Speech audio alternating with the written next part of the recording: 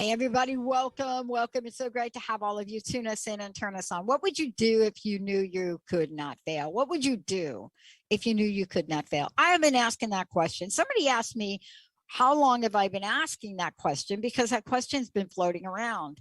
So I started to ask that question in 1999, right before my mentor passed away. And she didn't quite put that to me that way. She put it to me, Sidonia Cahill was amazing.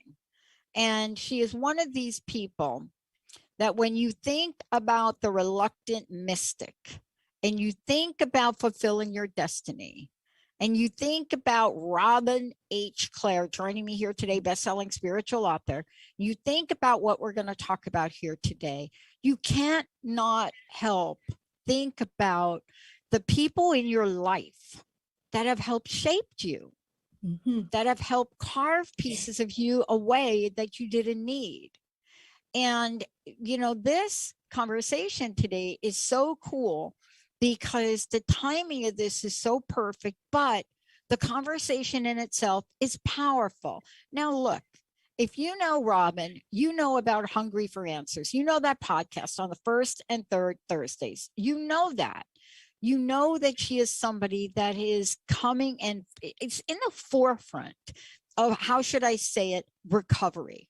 She is a writing coach for folks in recovery. And let me tell you something. Let me get off on this for a minute. If you are somebody in recovery, one of the things that you just roll your eyes back is when your sponsor or somebody says to you, you have to write ... fill in the blank. But if you're going to work with somebody, you need to work with somebody like Robin, who is teaching us how to share the stories, because there are stories. So today, what we're talking about is we're talking about how the reluctant mystic turns into this absolutely way to fulfill destiny. That's what it is. And every single one of us has that ability. Robin, it's so great to have you here, right? Every one of us has that ability, right? I think so, Dr. Pat. Yeah, thank you for having me, first of all.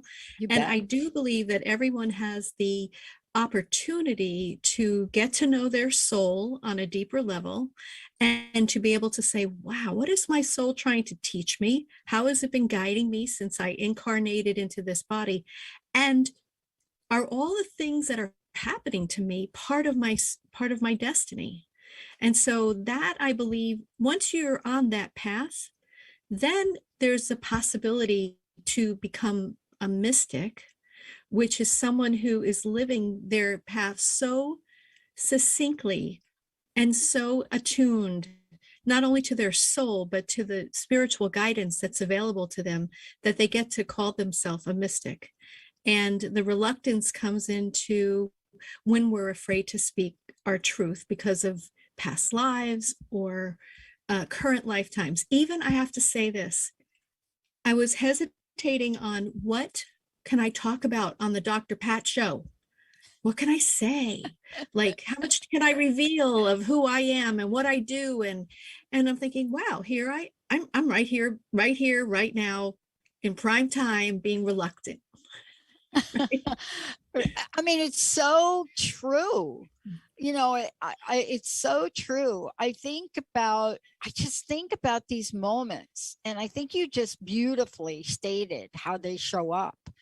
I think about the moments where we've got the energy that's opening. We've got that opening energy to step forward, right? And what I want to say about this, Robin, and I know you do this work, it's that, when we're looking at our lives, sometimes stepping forward for me has been getting off the couch. I've been there. I mean, that's how I started this show 18 years ago, because I was on the couch. I couldn't move.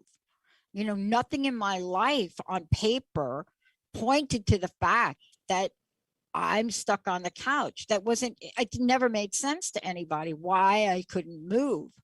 And reluctance comes in an energy format, right? Yeah. It comes in that format, doesn't it? It does. And I also want to just go back to what you said about I was stuck on the couch. Sometimes that's a good thing, right? Because sometimes we have to transform inside, or we're allowing what wasn't serving us to maybe move out of our lives, and Yeah. we're sitting there in a form of metamorphosis, right? Yeah. Waiting, we're coming out of the cocoon, right, of the Yeah. couch, and we're going to bloom. And I noticed that even the other day, like, in the last couple of weeks, I was thinking, well, my private practice is slowing down a little. There must be something new coming. See, that is, I think, the words of someone deeply on their spiritual path. Yeah. When things are slowing down, it's not like, uh-oh, what's going to happen? I'm going into fear mode now. How am I going to make a living? What am I doing? The person who is on the deep spiritual path would say, ooh, something's coming. Like there's an opening here for something new to arrive. And then about 3 different things arrived at once. And actually, in a conversation, with shout out to Jessica in your company, she helped me to see that they were actually all part of the same thing. But I needed to talk it out with someone to say, oh yeah, yes, right, these aren't 3 new things. Because when it felt like 3 new things, it felt overwhelming. Right. Right. And then I'm Right. thinking, oh, these are 3 parts of my next evolution and my next part of fulfilling my divine destiny. And let's talk about that, because on the couch, right? And it's a Mhm, metaphor in a lot of ways for people. For me, it mhm, was very real. mhm, My best friend was my remote control and my dog, very, very good best friends for a really long time. mhm. Um, but there is something here that's so fascinating that we shy away from, and that is a profound spiritual calling. Question: Yes. do you have a profound spiritual calling, but you're afraid to fulfill your destiny? Mhm. And I gotta tell you, I mean, there are certainly some surreal things that have happened to me in the past 2 years, really surreal, and also in the way that people, see you or see Yes. me. Yes. And but I'm not unusual. I'm not unlike other people. I want to talk about a spiritual calling with you for a minute, because I do believe everybody has it. And I think that it's on the fingertips or on the tongues of us, or it's right in front of us. And I want to talk with you about how you knew, or how you know that you're Yes. either on the path, have been on the path, or are waiting to get on the spiritual calling path. Yeah. So I think for everyone, it begins with um, a, something that you say to yourself that, wow, there seems to be something bigger than just me. Like this world is not just about me going to work every day, or me uh, being in relationship. There's something bigger here than me.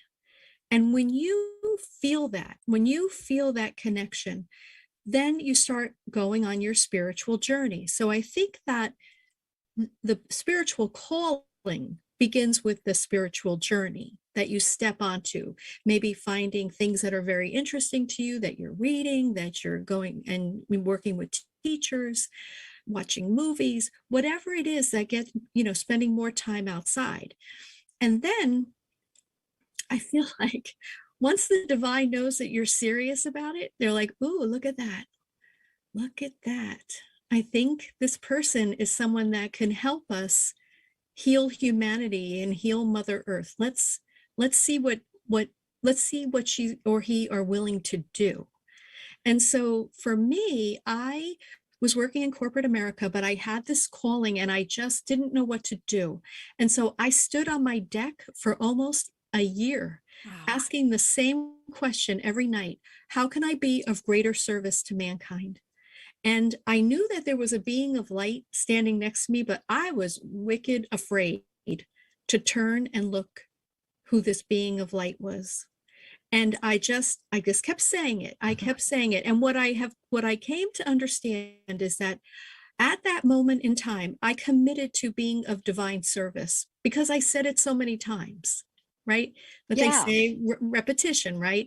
I repeated it so many times and put myself out there so much, but I didn't know that that was happening. And then over the course of the next 8 years, I would have all these spiritual opportunities come up, healing opportunities. I think healing is extraordinarily important on the spiritual journey. And I came to realize that my spiritual mantra was bring it on. And so that brought on a lot of really crazy, profound opportunities, but also a lot of healing. And so after the 8 years, I would come to find out I'm a channel for the divine realm, and I am an author, a spiritual author, and I channel books for the ascended masters. And I would come to find out that the being of light standing next to me was Yeshua, or most people know him as Jesus. And then he came to me 8 years later and he said, "You're ready now. Can you write a book for me called Messiah Within?" And I was like, no, I don't want to. I don't even know who you are. I'm not even sure I want to do this. What are my family going to say? What are my friends going to say? Right. And finally, I just gave in and I decided to write the book. And that began my career as a spiritual author. But it's not easy to take that first big step, right? Yeah. What is that expression? Take the step and the net will appear. Well, it's really huge when you're asked to fulfill something. And I remember saying to myself, I'm not going to do this. And then I hear a message from Yeshua, who are you not to do this, Robin? Exactly. Right. And I'm like, yeah, who am I not to do this? But I had this fear that stemmed from past lives. Because one of the things I've learned when I wrote Messiah Within for Yeshua, he said it never ended well for any of us before. And meaning that most people deeply on their spiritual path, fulfilling their divine destiny, didn't have a good ending prior to this incarnation. Now this is our time. Yeah. Right? This is our time to make a true difference in the world. But before, we were outcasts and we were considered heretics and oddballs. Yeah. And people were afraid of us because they thought we were doing things, black magic, different things. And not even, I don't think until quite recently, I think even in the 1950s, people were still being institutionalized for being able to connect to their deceased loved ones. I got to tell you, my mom, and this is what I've come to know, it's taken me a lifetime, but what I've come to know, my mom committed suicide when I was 6. And I worked with Adrienne Cobb for a little while. And, one of the things that you get when you work with people like her, or like you, for example, people can work with you and get insight. Sure. And this is what I'm encouraging people to do. Because when you sit down and you work with somebody, Robin, like you, a lot of things get shown to you. But if you're not working with somebody, you cannot make sense of it. And that's why I love that what you're doing to help people includes writing. Because writing, and let's talk about writing for a moment and the journey of the mystic, if we could. The reluctant mystic or any mystic. I mean, think about all the writings. Think about what's been written in many, many religious and spiritual philosophies. Written. Now, when I say writing, I mean they could be literally written in a language. Dead Sea Scrolls right now are being put together masterfully and interpreted. But there's writing of all kinds. There's way where we see glyphs, hieroglyphs of what messages people were trying to say, and they're fascinating. But writing too, and teaching people to write, is another way to document, your spiritual mastery, right? That which has come forth.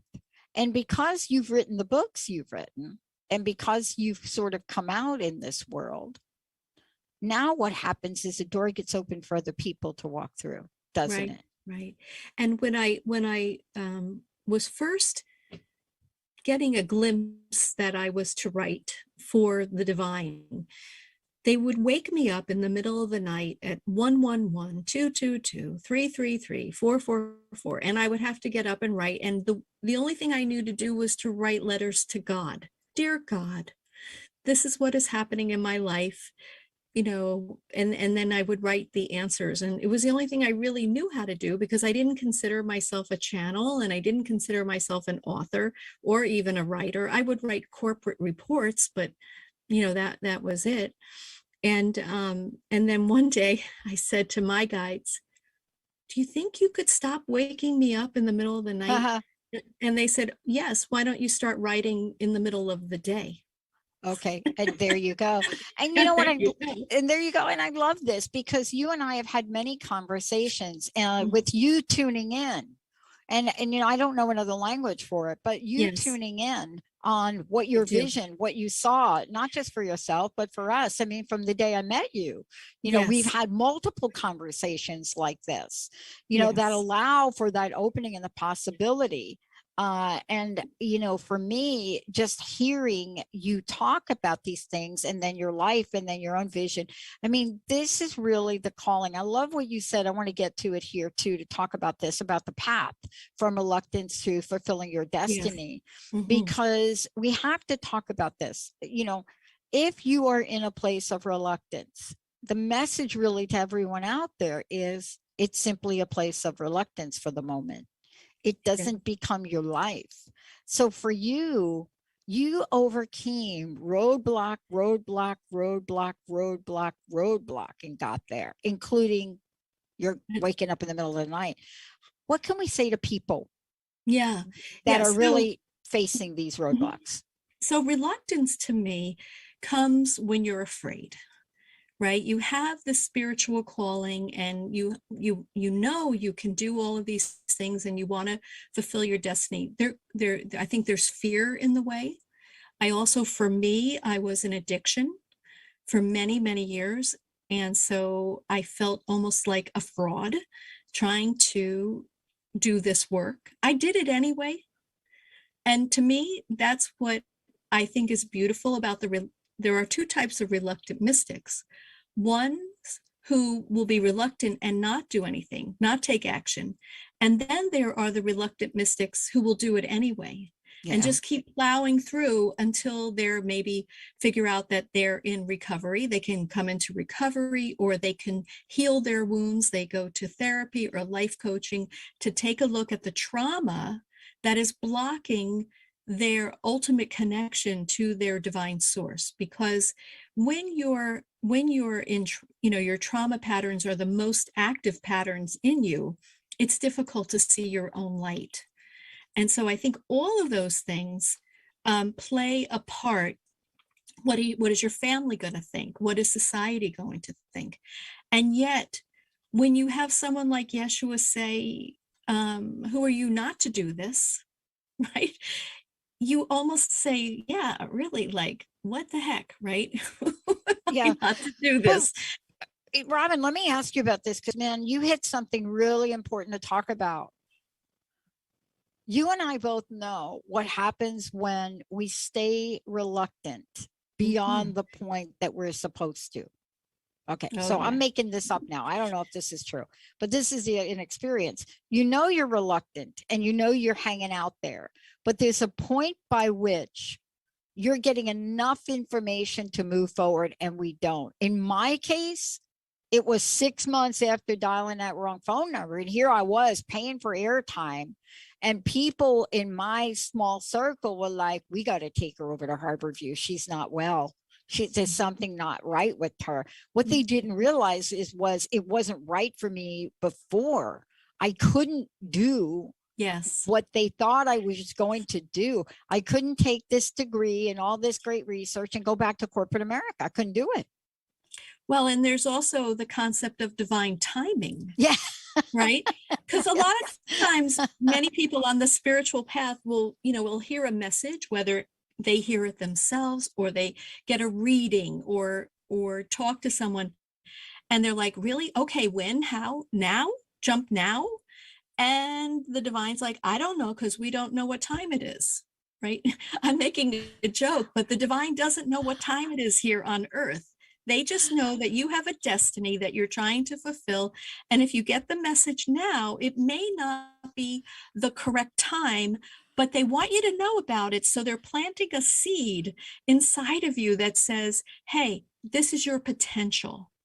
So whether you jump now or a little while later, keep the momentum moving forward. Keep it in the forefront and say, wow, maybe I'm not comfortable. Maybe I need to learn more about this. And that's why I have a new program coming out in the fall. I'm just writing it now, called The Right Recovery, WRITE. And I'm hoping that by doing this workbook, whether in a program with me or on their own, people will move through what is holding them back from writing. And I felt that this is a really great tool. So, when we think about recovery, I think it's important to say this too, Dr. Pat. Yeah. We're all in recovery. Oh my gosh, yes. Because could be in recovery from, a difficult childhood, or in recovery from a job that just, drove us crazy. Or it can be drugs and alcohol, or it can be watching too much TV. Like any time that you step on the spiritual path and you are trying to improve your life through those type of teachings, you can declare that you are in recovery. So you don't have to have had a drug problem or a gambling problem. You are trying to heal your wounds, and you are trying to connect with your own soul. That is a path of recovery. And, can I piggyback off what you said?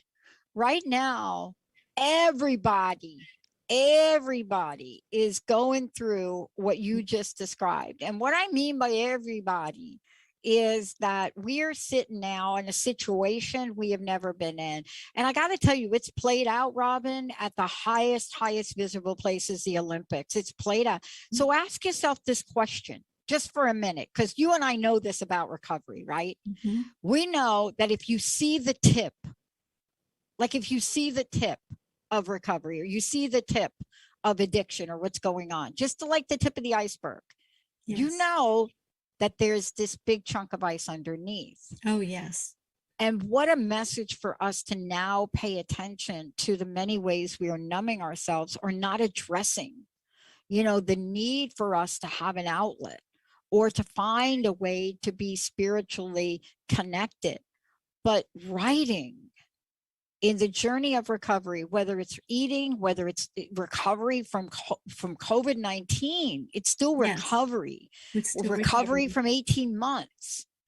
If you don't find a way to tell the story and change a perspective, boy, that stays with you for life, doesn't it? It does. And what I find with my writing clients is that they have some pretty profound stories, as we all do. And I remember Neil Donald Walsh, who wrote Conversations with God. And he said, if you walked into, this was a long time ago, so that most people went to bookstores then. He said, if you went into Barnes and Noble and you're about to write a book about your life and your healing and everything, and you look and there's a table, and every book there is the same topic as yours. He's like, that's when you write your book, because there's not enough authors and there's not enough books to reach all of the different people that need to hear your story. And even, and because we have a resonance, an energetic resonance, that people say, wow, I really like what she's saying. I like what he's saying. I want to read their books. Mm-hmm. And so there could never be enough books. So don't let the idea that there's too many of your type of books stop you from writing. Not only because whoever you reach is who you're destined to reach, but two, it is the most profound healing tool that I have found. And I have done a lot of healing in my life, but writing it, it brought it from the depth of my soul, from the depth of my gut, out onto the paper. And I could cry, I could yell, I could do whatever I needed to do with the written word. And what I say to my folks is, the first time you write your book, because you're going to write it twice, the first time you write your book, write it, or the first time you're writing, just get it all out of you. And then we'll go back and clean it up. Right. So if you say, I can't write that about my parents, they're still alive, then we'll fix it. Right. We'll make it so that it's a learning opportunity for other parents to understand the impact that situations can have on their children. Yeah. We work on that. Yeah. I mean, this is part of the conversation. I want to just let people know before we go to break, how do they connect with you? How do they find out about what you're offering for them, especially as a writing coach, and what's coming up in the fall? Tell us about how they can find out about all of that. Yeah, so you can find my website. It's clarety.com. That's CLARE-ITY.com. And then on Instagram, it's Clarity by Robin, and Facebook Clarity with Robin. And then you can also find me right here on Transformation Talk Radio the first and third Thursdays at noon Eastern time. And also, if you're watching on Facebook, you'll see us posting Robin's website right there as well. If you've got a question for us today, 1-800-930-2819. We're going to take a short break. When we come back, we're going to talk about paradoxical energies, and they are paradoxical in a lot of ways. Whether you're a spiritual warrior or a divine warrior, there is a difference. Do you know what they are? What do you think Wonder Woman might be? Let's take a short break, and we'll be back with another Wonder Woman of earthly fashion. Most of the time, I guess. Robin Clare. Let's take a short break, everybody. We'll be right back. Wonder Woman! Wonder Woman! Thank you, Ben.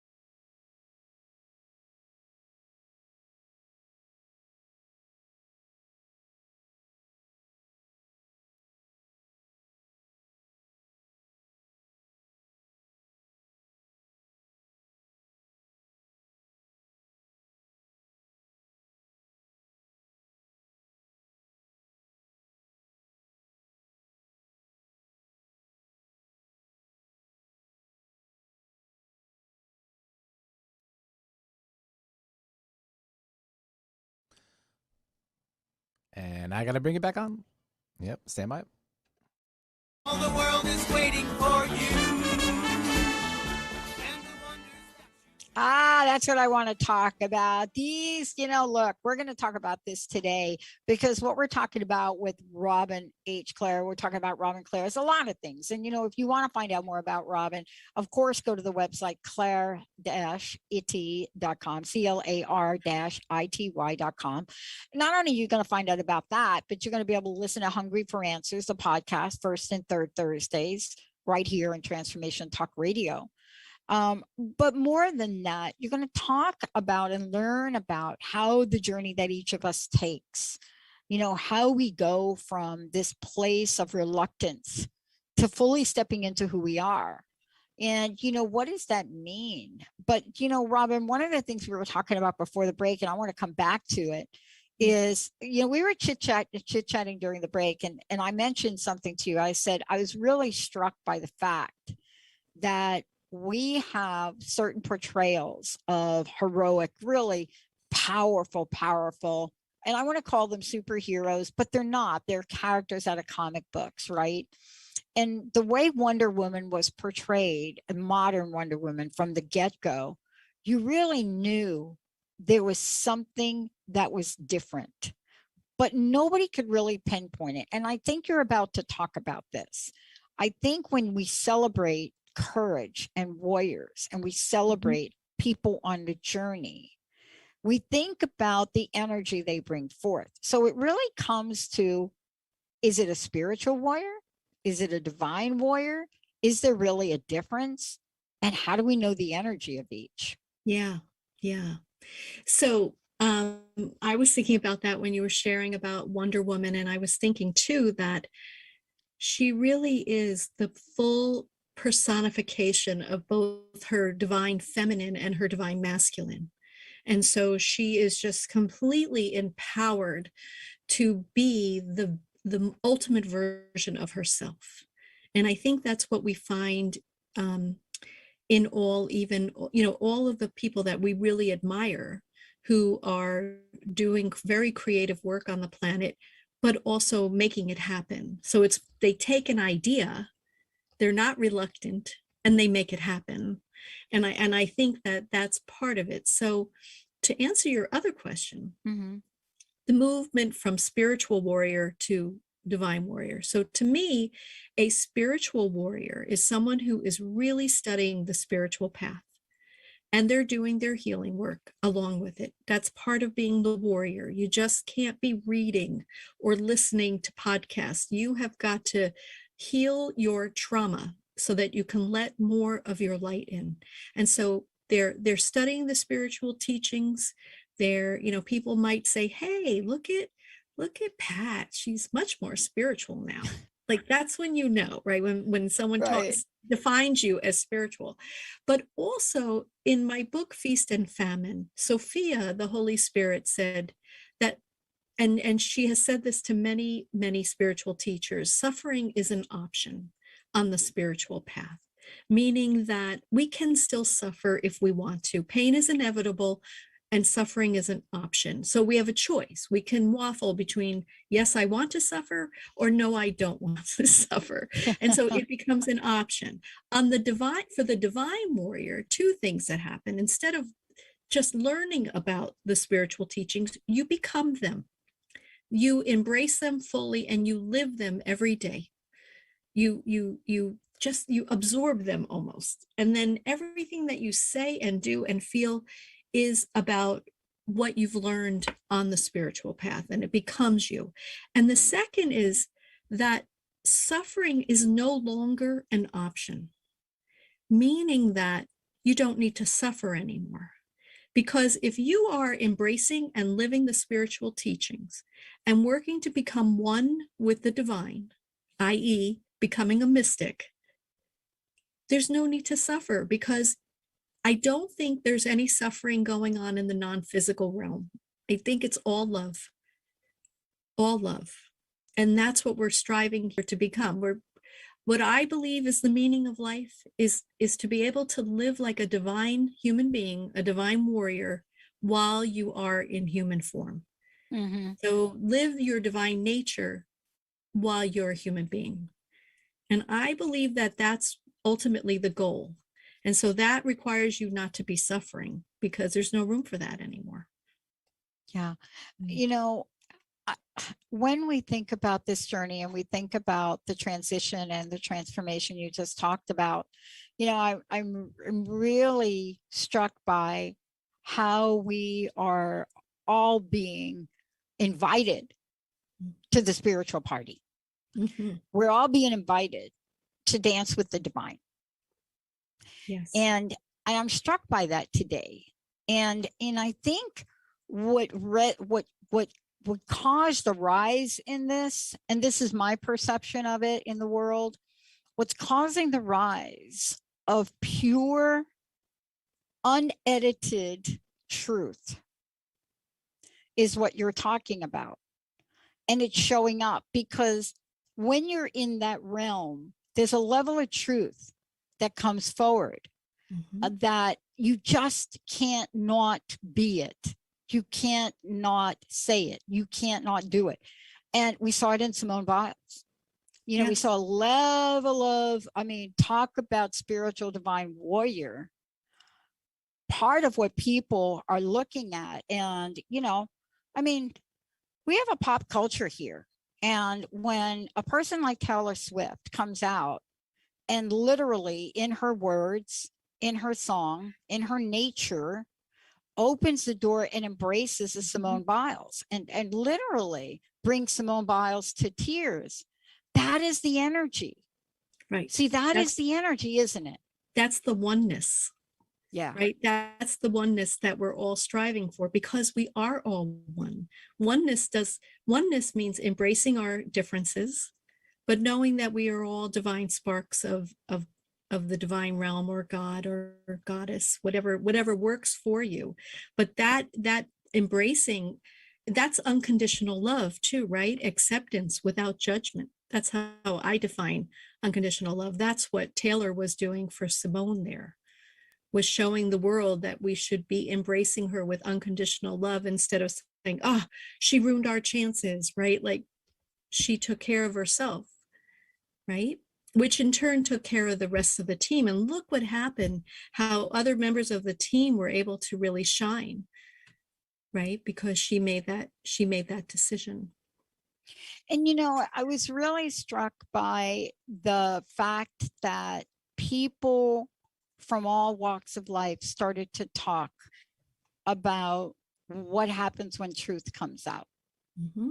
And let's you and I have a chat about that, about why making the shift from spiritual to divine is important at this time, because something has happened at a global level that I think a lot of people, and especially in the media, they want to act as if it didn't happen. They want us to go back to the commercials on television where we buy this or buy this insurance company or do this or do that as if it didn't happen. And yet people, millions in the world today, are still in the happening, right? We're all in the happening. Yeah, and so it reminds me, my fourth book, King Solomon Speaks. Yeah. So the message, again, folks, I'm a channel for the ascended realm. So King Solomon's request was, I need my spiritual warriors to become divine warriors, meaning to embrace the teachings, to stop suffering. He said, when enough of you do that, there will be a tipping point on the planet where the rest of humanity will rise into higher consciousness living. And so I had to find a very simple way to do that, which is I created an ebook and a series of recorded meditations. And those are available on my website as well. But we need to make that shift. The spiritual warriors need to make that shift. It's almost like getting off the spiritual pot, right? They've got to come and fulfill what they intended to do, right? There's so many of us here now, and millions and billions, really. And so we need to fulfill our divine destiny, which is to live the divine teachings here on the earth plane. I want to talk about what that means, Mhm. because a lot of times when I've done shows like this, or you and I have talked about it, or I talk about things that seem totally irrelevant to a spiritual movement, I'm really struck by the fact that, when at the end of the day, I'm an everyday person. I really am. I'm really shocked sometimes at how people reference me. Of course, Benny has called me Ping Pong Patty for a long time. That's me as well.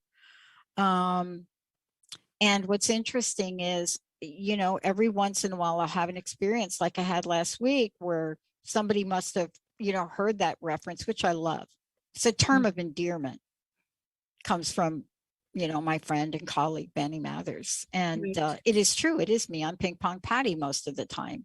Right. But in the end, when somebody references me who doesn't know me or finds me and says, "Oh, Reverend Dr. Ping Pong Patty," you wonder, wow, somebody has looked me up. And then I get a little weirded out a little bit. Right. Right. And they said, "We heard you're the street smart spiritualist," because that's what Mark Anthony calls me. Mhm. And I wonder in my life, what else is mine to do? Because in the end, it doesn't matter what you're called, Ping Pong Patty or doctor this or spiritual this or reverend this.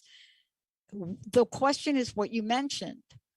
Am I doing all I can do to bring positive, spiritual, inclusive messages forward? Am I doing that?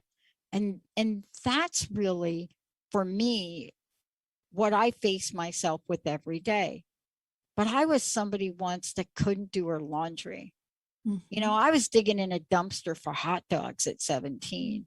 I just want to say, for everybody listening, and I want to know your message, Robin. Yeah. I mean, for everybody listening today, this is not for Robin and me. This is because we get it. We get what might be going on with you. We don't know for sure because we cannot experience it, but we get it. Yeah. Robin, what do you think? Yes, I'm also asking, I'm asking my guidance for a message too for the listeners. And the message is to see the world through the eyes of the divine, like to become the messenger, to become the servant, to become the helpful person. So whether you have a lot to give and a lot to share or nothing to give, see how you can help. Because I believe that we grow through serving others. And I I know I certainly have in my own life. And so I was watching a Facebook video or a YouTube video where a guy dropped his wallet and a guy picked it up, a homeless man, and he gave him the wallet back. And the guy said, "Oh, thank you so much." And he's like, here's like, $40. And that he followed the guy and he went to McDonald's and he bought like 10, 15 Happy Meals or something. And then he started walking around finding the other homeless people and he started giving the food out. Wow. And he just said, I have to be of service to others. And so angels come in all kinds of packages, right? Mm-hmm. Right. And we just have to know that they're here to teach us. And so be the teacher. So think of yourself as the divine, right? Think of yourself as the divine in training and look at people with your eyes and smile at them with your eyes and see how you can serve and just share positive words with them and try to maintain that. I want to just tell everybody that here we are, and you are someone that has stepped out in service. And I want to talk about this for a little bit. So I'm going to go ahead and skip the next break as well. I want to talk about this a little bit. You have written books that bring forward the invitation. See, I love that. I love that word. I don't know why I love that word. I don't know why I love the word invitation. I don't even know where. I just love that word.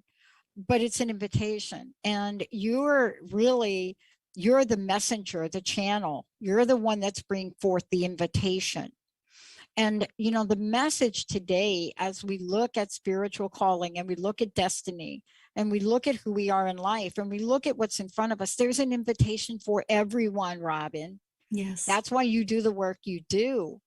Look, tell us about what you now are creating to open the invitation to make it even bigger. Yeah. So like say, here's the bigger invitation. You didn't like this on the menu? I got this. Oh, you don't want that one? I got this. Oh, wait a minute. Here's the bigger invitation. Show us what you're doing.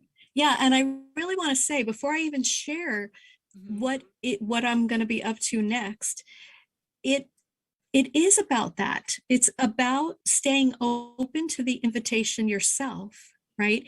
And knowing that we're fulfilling a divine destiny. And when you keep doing your healing and when you keep staying open to learning and open to opportunities and listening for guidance, the opportunities get bigger, because the spiritual path, success on the spiritual path is measured by impact and rewarded with abundance.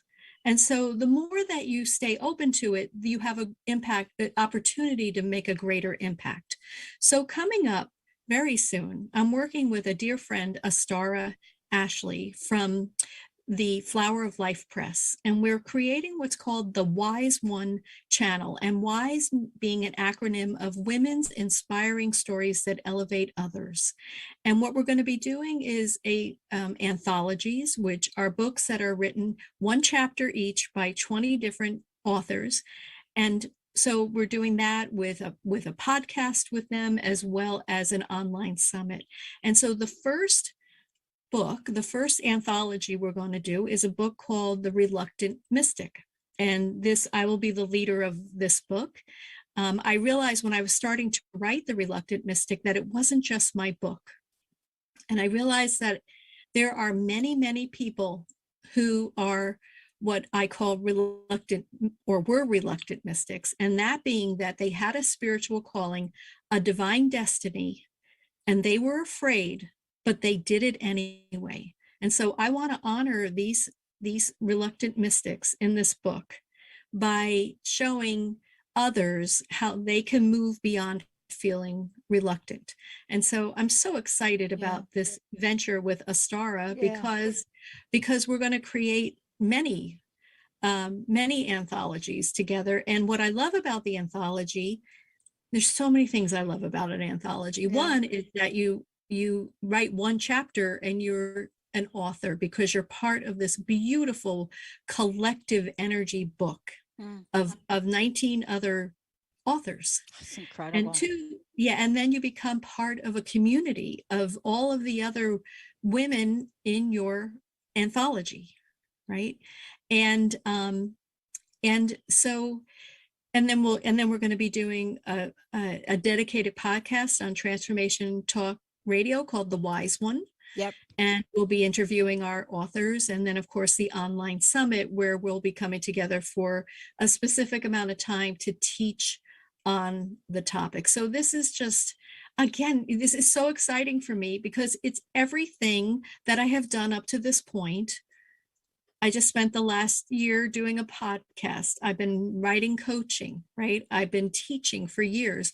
And now what's unfolding for me is this next opportunity to bring it all together with someone who I really admire, Astara, and she's a wonderful publisher and designer and editor. And I'm like, God, this is it. This is the next level that happened for me, because I'm keeping the door open for new ways to serve the divine. I love this, because what we're talking about is this warrior spiritual synergy of these women coming together, right? We're talking about this thing that happens, and you read about it all the time. What happens when two or more are gathered? You fill in the blank, ... right? We're seeing this over and over again, and we're seeing the collaboration that brings forth Powerful, powerful invitation. And that's what you're doing. I mean, we've seen this time and time again. We've seen people step up to collaborate, support each other, hold each other up. But it's all engulfed in an action. And that's the action that you're creating. You both are creating this action. And that's where we need to help people move from reluctance, right, to complete action in their lives. We've all been reluctant. Yes. And I want to say too that women on the spiritual path have a very strong feminine energy. We do, because it's feminine. I don't know. We just do.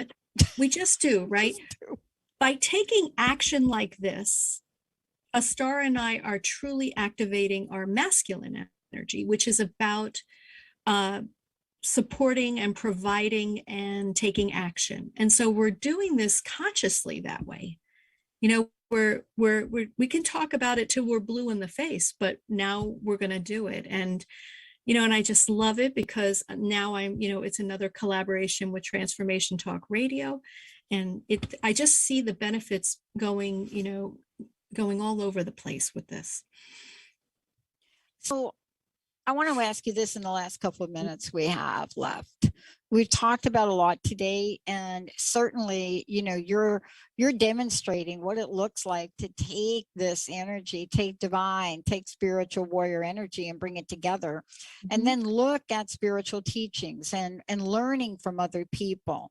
I know for me, I'm not here because I'm all something, I'm all about this out of birth. That is just not what happened to me. I'm a student. I'm learning still. I'm a student, but yet I really know I'm called to really create a platform for people to continue to learn. I just know that.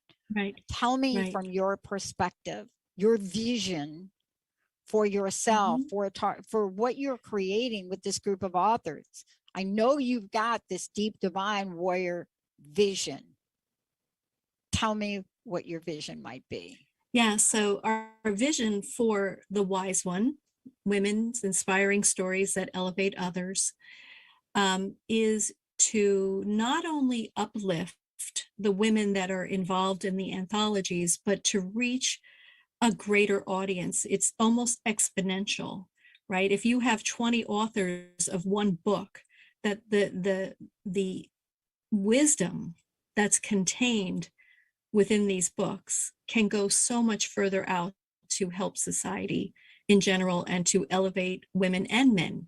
Because I'm reading a book from one of my clients. It's written for men, but boy, it is really helping me in my relationship, to understand my relationship with my husband and my son. I'm really learning a lot about that because I'm reading his book as his coach. And so I also wanted to say before that we are looking for those 20 authors to be part of the first anthology, The Reluctant Mystic. And so if you are one of those that was reluctant, but did your spiritual path anyway, and now are in great service to others, connect with me through my website, clarity.com, CLARE-ITY.com. And then also I'll just know that you're interested. And if you're also interested in doing an anthology, being the leader of an anthology, because you have a topic that you think that we can find 19 other authors to write your book with, let me know that too. And this is really the invitation that has this enormous ripple effect. This is why, this is how for all of you out there, this isn't just about something like what Robin is creating, but you could see it in the energy of what Robin is creating. You can feel the ripple effect, and then she's paying it forward. So this is really cool. And here's what I want to say to everybody out there. You can do this. Even if you feel completely overwhelmed, right, Robin? There's something that you can do. Maybe picking up the phone and calling somebody you haven't talked to in a while and just saying, how are you? Maybe it's that. And I know it's hard to do when you're in a really stuck place, when you're thinking time is not on your side.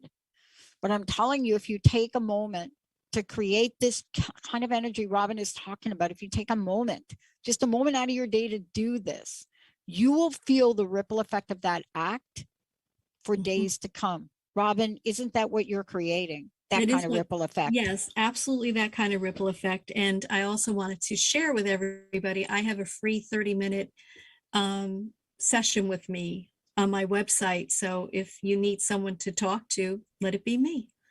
And I can help you kind of give you some guidance around what's going on and what direction you need to take.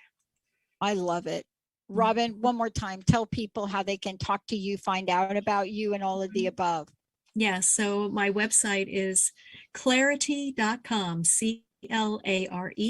CLARE-ITY, or you can try Robin H. Clare, CLARE.com. It'll